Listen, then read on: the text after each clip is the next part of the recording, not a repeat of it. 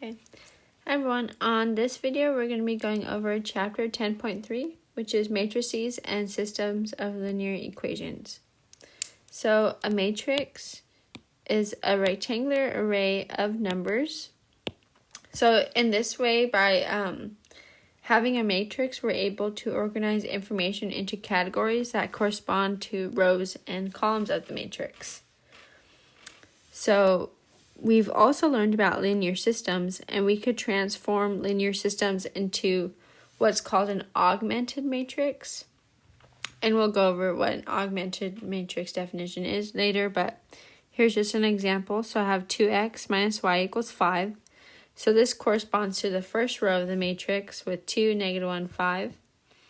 And then x plus 4y equals 7 corresponds to 1, 4, and 7. So that's equation 1 on top and then equation 2 on the bottom.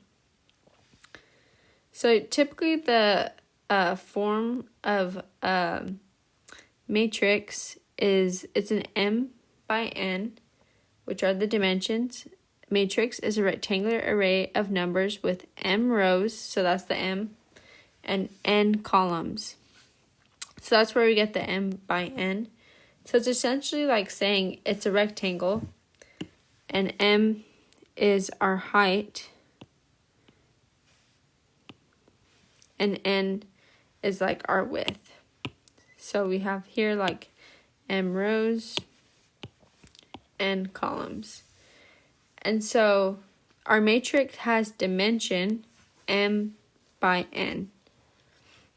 And then we can see here we have these a to the subscripts. I have a, 1, 1. These are numbers. And a to the ij just represents like the variable that we're using to represent that number. So the numbers aij are entries of the matrix. And the subscript means that the entry is in the ith row. So the A11 means that it's in the first row, jth column. So A23, this one here, means that it's in the second row and third column.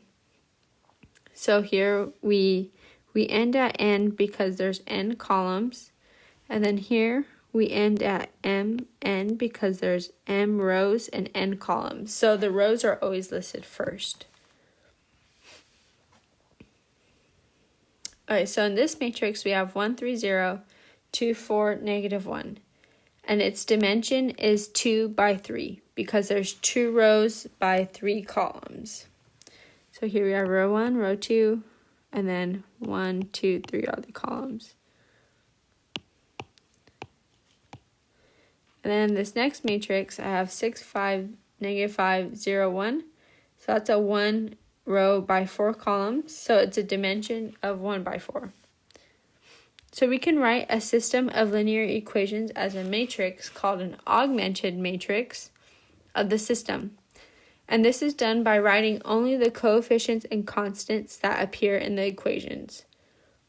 So for my linear system here, I have 3x minus 2y plus z equals 5.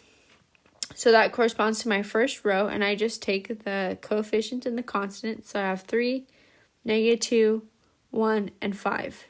And then my second row is the second equation. So that's x plus 3y minus z equals 0. And I take the coefficient, so I have 1, 3, -1, and 0. And then my next equation is -x plus 4z equals 11. Now here I'm missing a y, so a 0 takes that place. So I have -1, 0 as my y because I'm missing that, and then 4 and 11. So in my first column, these are like my x's from each equation. My second column are all my y's, and then my third columns are all my z's. And then I usually draw a line here to be like the equal sign, and to separate the variables from the constants, and then we have a constant on the other side of the equal sign.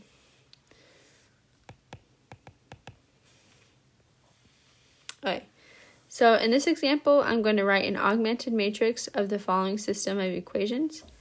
So I could just take the coefficient. So I have 6, -2, -1, 4, 1, 0, 3, 1, 7, 1, 5. So I could write those here. So this is equation 1. These are my x's, my y's, my z's. This is equation 2 and equation 3. And I'm missing an x here, so I put a 0. Alright, so on matrices, we could perform elementary row operations. And this is similar to when we were solving systems of equations. And instead, it's just going to be dealing with matrices instead of the system, but it's the same idea. So elementary row operations include adding a multiple of one row to another. So that was like when we multiplied by a certain number to cancel variables. And then we can multiply a row by a non-zero constant. So we could just multiply any row by basically any constant that we would want. And usually we would add them to cancel, and then we would multiply them if they weren't the same coefficients to cancel them, and then we could interchange rows. So just switching them from top to bottom, or which one appeared first. So this is just a simple summary of what these row operations are. So rows can be interchanged, and then how it compares to doing that in a linear system. Elements in a row can be multiplied. That's the same as multiplying both sides of the equation in a linear system. And then elements in a row can be multiplied by a non-zero number, and the products can be added. So that's like when we multiplied by coefficient and then added. But if they can cancel and we don't have to multiply, that's fine too. So this is just a description of how people typically symbolize doing these row operations. So we have Ri plus KRJ gives us our new Ri. So that was like when we did our systems. It was like when I multiplied 3 times equation 1, that was giving us like our new equation 1 kind of thing.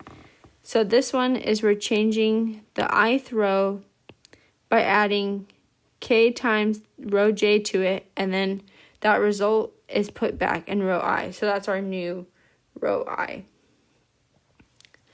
And then we have KRI, that's multiplying the ith row by k. And then RI, RJ here is interchanging the ith and jth rows. So this is just for like how to describe steps in your elementary row operations. So to solve a system of linear equations using its augmented matrix, we use elementary row operations to arrive at a matrix of a certain form. So these certain forms are described below. So we have row echelon form. It's in this form if it satisfies the following conditions. So our first condition is that the first non-zero number in each row, if you're reading that from left to right, is 1. So this is called the leading entry. So if I had 6, 1, 0, 0, 0, 1, or let me do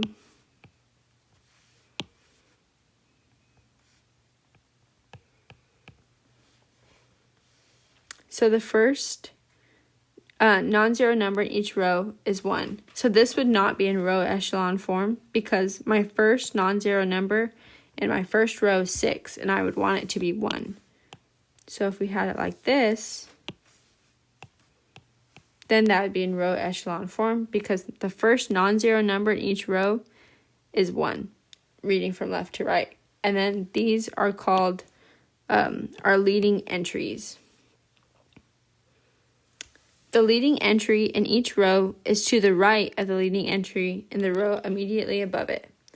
So this is my leading entry, and then the leading entry in the row right below it is immediately to the right, because it's here and it's not over here. And then all rows consisting entirely of zeros are at the bottom of the matrix. So if we had a row of all zeros, say it was like this, it would need to be at the bottom of the matrix. So a matrix is in reduced row echelon form if it is in row echelon form and also satisfies the following condition. Every number above and below each leading entry is a 0. So these are actually in reduced row echelon form. But say if I had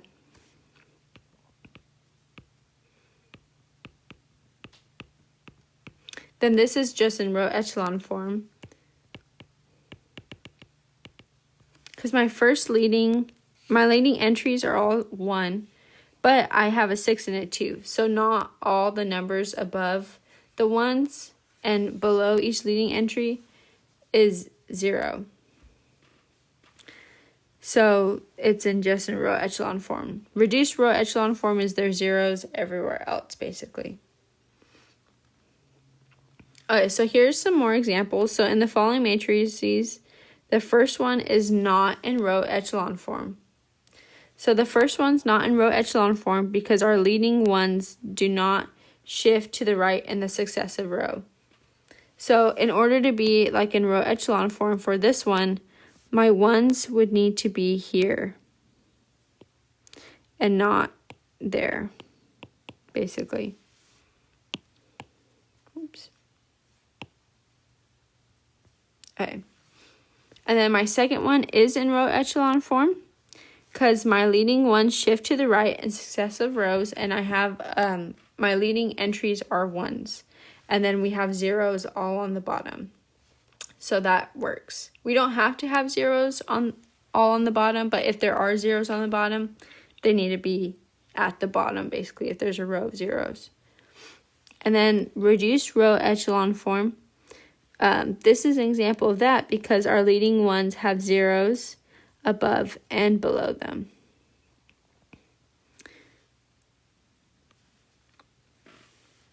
And that would mean like the ones would need to be above. So like in this row, I have a zeros above and below. In this row, I have zeros above and below. And in this row, I have zeros above and below them. So that's in reduced row echelon form. So we have a systematic way to put a matrix in row echelon form using elementary row operations. So the first step that we would want to do is to obtain a 1 in the top left corner. Then we would want to obtain zeros below that 1 by adding appropriate multiples of the first row to the rows below it. So we would want to get new row 2s or row 3s and so on. Next, we need to obtain a leading 1 in the next row, and that would be to the right of the one above it, and then obtain zeros below that 1.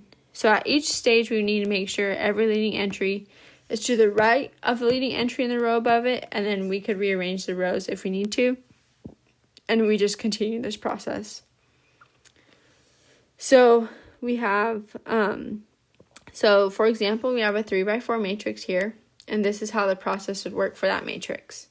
So I have a 1 in the top left corner, and I want to obtain zeros below that 1. And then I want to get a leading 1 in the next row and obtain zeros below that row as well. And then in the next row, it's going to be to the right. The 1 is the leading entry of the row above it. And that would be it because our 1 would be at the bottom, so we wouldn't need to get zeros below that 1. Okay, so once we do that, basically we could do Gaussian elimination. So once an augmented matrix is in row echelon form, so basically once it's in this form, then we could solve the system using back substitution, and then that's called Gaussian elimination. So we're going to solve a system using Gaussian elimination. So our first step is to write the augmented matrix of the system. The second step is to just get it in row echelon form. And we could do that using elementary row operations to change the augmented matrix to row echelon form. And then our third step is back substitution. So we write the new system of equations that corresponds to the row echelon form and then solve it. So let's go ahead and do an example so we could see all these things tied together. So we're going to solve the system using Gaussian elimination. So I have 4x plus 8y minus 4z equals 4, 3x plus 8y plus 5z equals negative 11, negative 2x plus y plus 12z equals negative 17. So my first step is to write it in my augmented matrix form. So that's this. I'll go ahead and do them. Let's see what color. Let's do them in green. So that's my first step. I wrote it in an augmented matrix. So my second step is I want to get it in row echelon form using elementary row operations to change the augmented matrix. So let's do a refresher. So we want to start by obtaining a 1 in the top left corner and then obtain zeros below that. So I need a 1 here. So I'm going to go ahead and divide the first row by 1/4 to get my new row 1. So by doing that, I get 1, 2, negative 1, and 1. So my next thing is I want to obtain zeros below that 1. And I'm going to do that by adding appropriate multiples of the first row to the rows below it. So I need zeros here, the ones that are highlighted pink. I need zeros there. So in order to get zeros there, I'm going to multiply the first row by certain constants and then add or subtract that to row 2 and row 3 to get zeros there. So for row 2, I subtract 3 times row 1, and that gives me my new row 2. So like 3, let's do, so 3 times row 1, that is like 3, 6, negative 3, and 3. That's 3 times my row 1. So if I'm doing row 2 minus 3 times row 1, 3 minus 3 is 0, 8 minus 6 is 2, 5 minus 3 is 8, negative 11 minus 3, negative 11 minus 3 is negative 14. So that's our new row 2. So for row 3, we're doing plus 2 times row 1. So 2 times row 1 is 2, 2, negative 2, 2. So I'm adding R3 to row 1. And that gives me my new row 3. And so how did we get these constants 3 and 2? Basically, we looked at what's highlighted pink here. So we thought, what can I do to get that to be a 0, basically? And so I would need to, like our systems of linear equations, when we would decide what we're going to multiply by. In this case, I needed to multiply by negative 3. I just subtracted 3 times R1, though, and that's the same thing. And then for negative 2 to cancel to a 0, I would need to add 2 times row 1. Because if I had a 2 here, then adding the 2 to the negative 2 would get me a 0. Okay, so our next step. Let's look. So next we obtain a leading 1 in the next row and then obtain zeros below that one too. Okay, so what's highlighted in yellow, I need a 1 there. So I'm going to go ahead and divide by 1/2 to R2, and then I get a 1. So my new row 2 is 0, 1, 4, negative 7. So what's highlighted pink, I need a 0 there. So I'm going to go ahead and multiply. I'm going to do R3 minus 5 times R2 to get my new row 3. So I get 0, 0, negative 10, and 20 as my new row 3. Okay, so now I need a 1 where the negative 10 is. So I go ahead and multiply row 3 by negative 1 over 10. And my new row 3 is 0, 0, 1, negative 2. So now we have achieved an equivalent matrix in row echelon form, and the corresponding system of equations is, so we're basically going to take the augmented matrix and rewrite it into a system of linear equations. So I have my coefficients, so these are like my x's, my y's, my z's, equal, and this is my constants. So I have x, for my first row I have x plus 2y minus z equals 1. My second row I have y plus 4z equals negative 7, and my last row I have z equals negative 2. So I'm going to go ahead and use back substitution. So it's the same thing as the system of equations that we did before. So I'm going to plug in my z in my second equation to get my y. So I get y plus 4 times negative z equals negative 7. I get y equals 1. And then I could back substitute the 1 and the z into my first equation. So I get x plus 2 times 1 minus negative 2 equals 1. And I get x equals negative 3. So that's my final solution. So I get negative 3, 1, and negative 2. Okay, so that was the Gaussian elimination. So we basically just get a row echelon form, and then we back substitute. But now we have another way of solving these. Now we have the Gauss-Jordan elimination. So if we were to put an augmented matrix in reduced row echelon form, then we wouldn't need to back substitute at the end. So in order to put our matrix in reduced row echelon form, first we would use the elementary row operations to put the matrix in row echelon form, which is basically what we just did in the last example before we did our back substitution. So that was this step.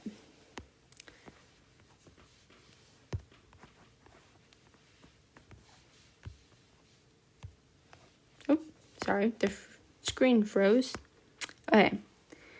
And then our second step would be to obtain zeros above each leading entry by adding multiples of the row containing that entry to the rows above it. So this is like our new step.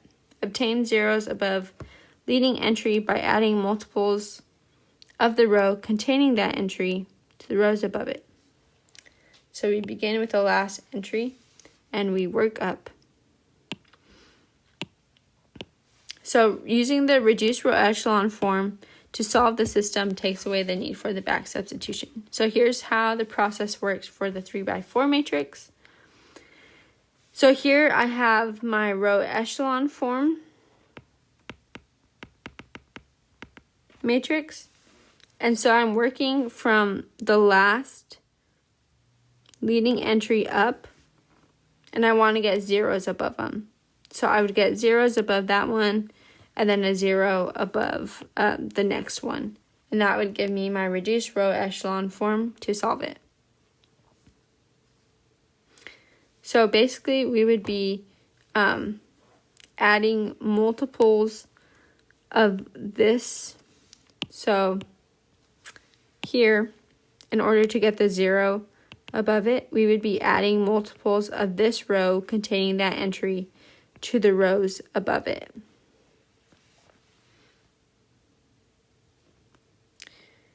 I'm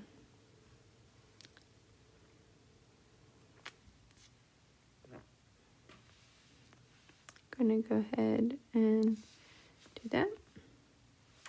Okay, so this is like a summary, basically, of what I just went over, but it's a little bit more detailed. I wasn't sure some people would want more detail, but this is also just what I talked about, but in more detail. So if you need that, I just had it there for you. Okay, so we're going to do the last example. What we did, we're going to continue with that matrix, prior to back substitution. So for a refresher, this was the matrix that we were trying to solve, and then this was our augmented row echelon form matrix that we ended up with, and now we want to get it in reduced row echelon form. So the pinks are the zeros that I would need here. So that's our first step. So I'm going to add multiples of row 3 to row 2 and row 1 to get zeros there. So I do row 2 minus 4 times row 3 to get my new row 2. And then I do row 1 plus row 3. It gives me my new row 1. So I get 1, 2, 0, and 0, 1, 0. So our row 3 stays the same. We don't change row 3. We just multiply it by multiples in order to get the zeros in the other row, but we just leave row 3. And now what's highlighted in pink, I need a 1 there. Oh. Just kidding, I need a 0 there. I wrote the wrong thing. Need 0 here. Because we already have 1s there. Okay, so if I want to get a 0 there, I'm going to go ahead and basically I'm going to, this is like my next leading coefficient. So I'm going to add multiples of the second row that contains that leading coefficient to row 1 to get a 0 in that place. So I'm going to do row 1 minus 2 times row 2 equals row 1. Okay, so now we have 1, 0, 0 in the first row. So now we're in reduced row echelon form. So now we could rewrite this as a system of equations, but really all we're writing is x equals -3, y equals 1, and z equals -2. So we don't have to do back substitution. So our solution is -3, 1, -2. Okay, so similar to systems of equations, we have inconsistent and dependent systems in matrices. So we have that the leading variable, I'm just going to do definition real quick in order to understand the solutions of the linear system. So our leading variable in a linear system is the one that corresponds to a leading entry in the row echelon form of the augmented matrix. So basically it's just the value that's the leading variable. So if I have like my leading entry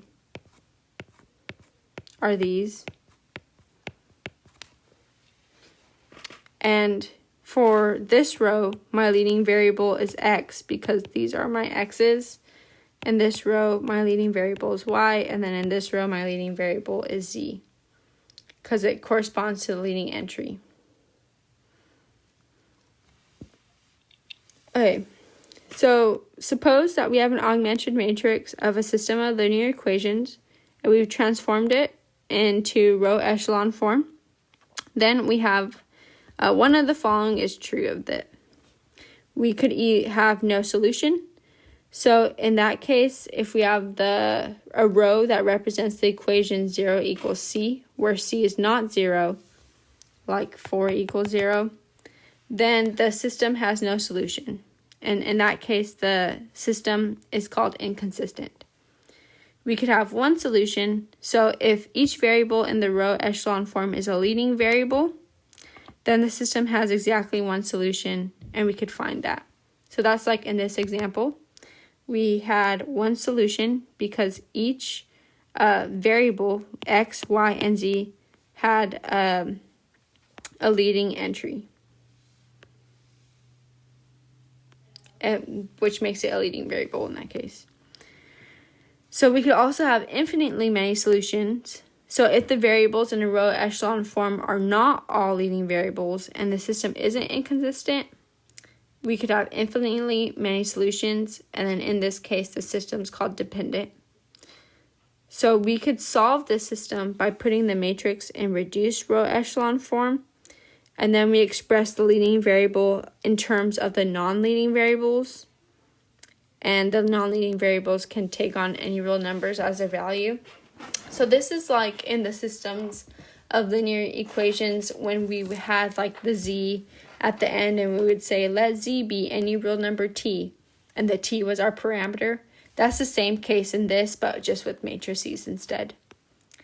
So let's illustrate the three cases described above. So I have no solution, one solution, and infinitely many solutions.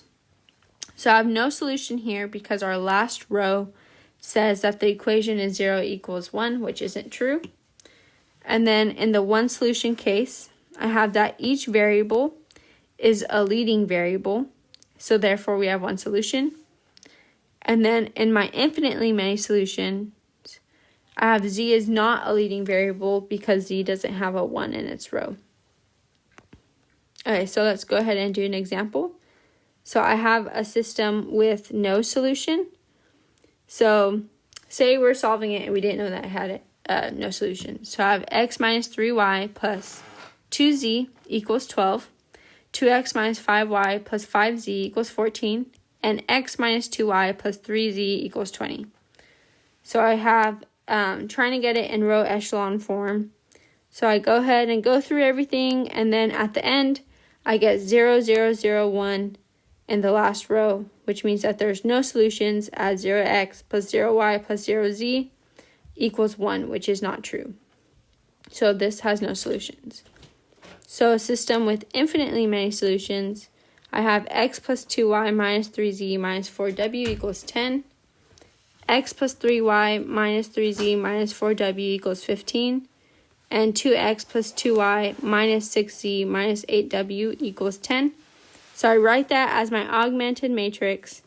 I go through all my steps to get it in row echelon form. And then the last row, I have zeros all the way across, which represents 0 equals 0. So we could just basically get rid of it, because that doesn't tell us any new information. So the last matrix corresponds to the system x minus 3z minus 4w equals 0, because this is my x, y, z, w constant.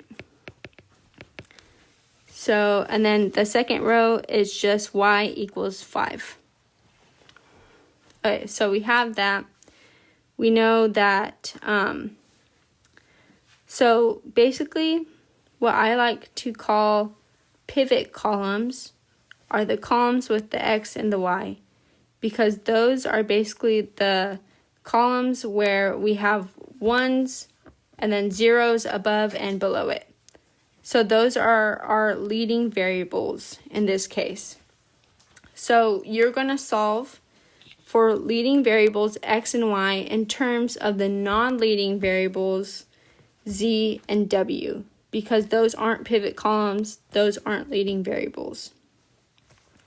So let z and w be any s and r and t and r.